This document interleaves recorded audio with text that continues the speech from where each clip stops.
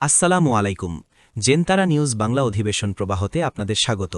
আজ London studio থেকে আছি আমি মীর সাবির, আর ঢাকায় আমার সাথে রয়েছেন সুমাইয়া শিমু। চলুন শুরু করি আজকের গুরুত্বপূর্ণ সংবাদ। জানিয়ে দিব এই মুহূর্তে গুরুত্বপূর্ণ সব আপডেট আন্তর্জাতিক সংবাদ। প্রথমেই জানিয়ে দিব ইরান যুদ্ধের পর হাত মেলাল চীন, উত্তর কোরিয়া, ভাঙবে যুক্তরাষ্ট্রের আধিপত্য। এরপর জানিয়ে দিব মাথা নত করেনি ইরান, ট্রাম্পের সামনে যে তিনটে কঠিন পথ। এবং সর্বশেষ থাকছে দিশেহারা আরব শেখরা এখন কি করবেন, আবারও কি যুক্তরাষ্ট্রেই ভরসা রাখবেন? শুনছিলেন সংবাদ শিরোনাম, এখন বিস্তারিত। তবে তার আগে অনুরোধ থাকবে এই ভিডিওটিতে একটি লাইক, কমেন্ট এবং চ্যানেলটি সাবস্ক্রাইব করে জানিয়ে দিন কোন জেলা থেকে বা কোথা থেকে আপনি আমাদের এই ভিডিওটি দেখছেন এবং শুনছেন। ইরান যুদ্ধের পরই হঠাৎ করেই হাত মেলালো চীন ও উত্তর কোরিয়া। ওদিকে মিসাইল উৎক্ষেপণ করে কোরীয় উপদ্বীপকে রীতিমতো উত্তপ্ত করে রেখেছে কিম জং উনের দেশটি। এর মাধ্যমে কি বার্তা পাচ্ছে যুক্তরাষ্ট্র? কোরীয় উপদ্বীপেও কি যুদ্ধের ডামাডোল বাজতে চলেছে? যুদ্ধের ময়দানে ইহুদিবাদীদের বিরুদ্ধে লড়তে ইরানের শক্তি বৃদ্ধি করছে চীন ও উত্তর কোরিয়া। সম্প্রতি এমন তথ্যই উঠে এসেছে আন্তর্জাতিক সংবাদ মাধ্যমের প্রতিবেদনে। এছাড়াও কিম জং উনকে খেপিয়ে তুলতে মার্কিন প্রশাসনের দীর্ঘদিনের মিত্র দক্ষিণ কোরিয়ার সাথে সম্প্রতি সামরিক মহড়া সেরেছে যুক্তরাষ্ট্র। প্রশ্ন হলো, চীন ও উত্তর কোরিয়ায় কি এবার যুক্তরাষ্ট্রের আধিপত্যে ভাটা ফেলবে? যুক্তরাষ্ট্রকে ঘায়েল করতে নানান কৌশল হাতে নিয়েছে চীন ও উত্তর কোরিয়া। পশ্চিমা সমরবিদদের অভিযোগ, ইরান যুদ্ধের ময়দানে দেশটির সামরিক বাহিনীকে শক্তিশালী করতে গোয়েন্দা তথ্য দিয়ে সহায়তা করেছে চীন।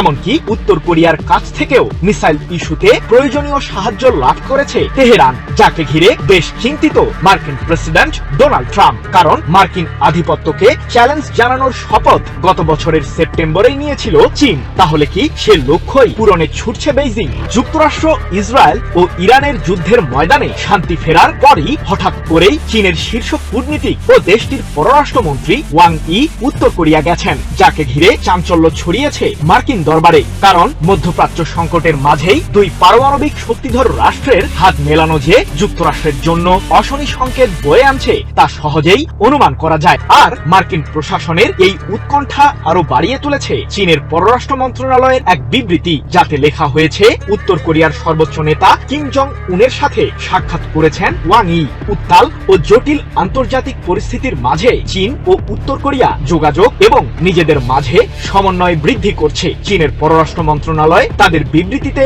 আরো বলেছে যে পিয়ংইয়ং এর সাথে বেইজিং বাস্তব সহযোগিতা বাড়াতে চায়। এক প্রতিবেদনে বিষয়টি নিশ্চিত করেছে ব্রিটিশ বার্তা সংস্থা রয়টার্স। মুখ থুবড়ে পড়ল ইরান ও যুক্তরাষ্ট্রের মধ্যকার বহুল প্রতীক্ষিত শান্তি আলোচনা। গত 11 এপ্রিল পাকিস্তানের ইসলামাবাদে টানা 21 ঘণ্টার দীর্ঘ ম্যারাথন বৈঠক শেষে কোনো সমঝোতা ছাড়াই ফিরে গেছেন মার্কিন vice president JD Vance. Tehran কোনো শর্তে মাথা নত না করায় কোনো চুক্তি স্বাক্ষরিত হয়নি। হোয়াইট হাউস জানিয়েছে পরবর্তী পদক্ষেপ সম্পর্কে ফ্লোরিডা থেকে ঘোষণা দেবেন প্রেসিডেন্ট ট্রাম্প নিজেই। বৈঠক ব্যর্থ হওয়ার পর ট্রাম্প প্রশাসনের সামনে এখন তিনটি কঠিন পথ খোলা রয়েছে। প্রথমত, ইরানের পারমাণবিক কর্মসূচি নিয়ে দীর্ঘমেয়াদী আলোচনায় থাকা। দ্বিতীয়ত, আবারও যুদ্ধে জড়িয়ে পড়া, যা ইতোমধ্যে ইতিহাসের ভয়াবহতম জ্বালানি সংকট তৈরি করেছে। আর তৃতীয় পথটি হল রণকৌশলগত গুরুত্বপূর্ণ অঞ্চল হরমুজ প্রণালীর নিয়ন্ত্রণ নিয়ে দীর্ঘস্থায়ী লড়াইয়ে লিপ্ত হওয়া। বিরোধের মূল কেন্দ্রবিন্দুতে রয়েছে ইউরেনিয়াম সমৃদ্ধকরণ। এনপিটির চুক্তির দোহাই দিয়ে ইরান নিজের মাটিতে ইউরেনিয়াম সমৃদ্ধ করাকে নিজেদের অধিকার বলে দাবি করছে। বিপরীতে ওয়াশিংটন মনে করছে এটি পারমাণবিক অস্ত্র তৈরির একটি গোপন সুযোগ। দীর্ঘ 40 দিনের যুদ্ধ দুই পক্ষের এই অনড় অবস্থানকে নরম করার বদলে আরও কঠোর করে তুলেছে। বর্তমানে বিশ্ববাজারের 20% তেল সরবরাহকারী হরমুজ প্রণালীর নিরাপত্তা এখন চরম ঝুঁকির মুখে, যা বিশ্ব অর্থনীতিতে বড় ধরনের অস্থিরতা তৈরি করতে পারে। আগামী 21 এপ্রিল শেষ হতে যাচ্ছে বর্তমান যুদ্ধবিরতির মেয়াদ। যদি এর মধ্যে কোনো নতুন সমঝোতা না হয়, তবে পুনরায় শুরু হতে পারে যুদ্ধ। এদিকে 3.3% মূল্যস্ফীতির চাপে থাকা বিশ্ব অর্থনীতি যুদ্ধের নতুন ধাক্কা সইতে পারবে কিনা তা নিয়ে দেখা দিয়েছে সংশয়। আরব বিশ্বের ক্ষমতাধর তিন মুখ Sheikh Tamim bin Hamad Al Thani কাতারের আমির, মোহাম্মদ বিন সালমান সৌদি যুবরাজ এবং মোহাম্মদ বিন জায়েদ আল নাইয়ান সংযুক্ত আরব আমিরাতের প্রেসিডেন্ট। আজ এমন এক দ্বিচারিতার প্রতীক যা ইতিহাসে দীর্ঘদিন মনে রাখা হবে। মুসলিম বিশ্বের নেতৃত্বের দাবিদার হয়েও তারা একদিকে ইরানের মতো মুসলিম দেশের সঙ্গে কৌশলগত সম্পর্ক রাখার অভিনয় করে, আর অন্যদিকে যুক্তরাষ্ট্রের নিরাপত্তা ছাতার নিচে বসে নিজেদের ক্ষমতা টিকিয়ে রাখে। প্রশ্নটা এখন স্পষ্ট, এটা কি কূটনীতি নাকি প্রকাশ্যে দালালি? যখন মুসলিম উম্মার কথা বলার সময় আসে তখন তারা নীরব, কিন্তু ওয়াশিংটনের স্বার্থে কাজ করতে গেলে তারা সবচেয়ে সক্রিয়। উপসাগরীয় দেশগুলো বহুদিন ধরে হেজিং কৌশলের নামে আসলে দুই নৌকায় পা দিয়ে চলেছে। একদিকে যুক্তরাষ্ট্রকে রক্ষাকর্তা বানিয়ে নিজেদের দেশে সামরিক ঘাঁটি দিয়েছে, পেট্রোডলারের খেলা শক্তিশালী করেছে, অন্যদিকে ইরানের সঙ্গে সম্পর্ক পুরোপুরি ভাঙেনি। কিন্তু এই সুবিধাবাদী খেলা এখন তাদের জন্যই ফাঁদ হয়ে দাঁড়িয়েছে।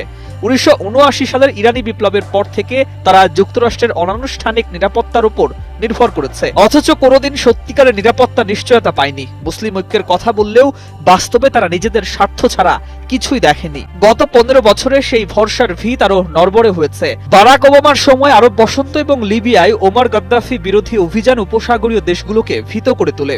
Joint comprehensive plan of action তাদের চোখে ইরানকে আরো শক্তিশালী হওয়ার সুযোগ দেয়। পরে ডোনাল্ড ট্রাম্প সেই চুক্তি ভেঙে দিলে তারা আবার আমেরিকার দিকে ঝুঁকে পড়ে। কিন্তু বাস্তবে কি হলো? সৌদি আরামকোতে হামলা, আমিরাতে হামলা, কোথাও যুক্তরাষ্ট্র তাদের রক্ষা করতে এগিয়ে আসেনি। তবুও তারা মার্কিন অস্ত্র কিনে গেছে যেন দালালি করলেই নিরাপত্তা মিলবে। এর ফল এখন স্পষ্ট, ইরান থেমে থাকেনি, বরং আরো শক্তিশালী হয়েছে।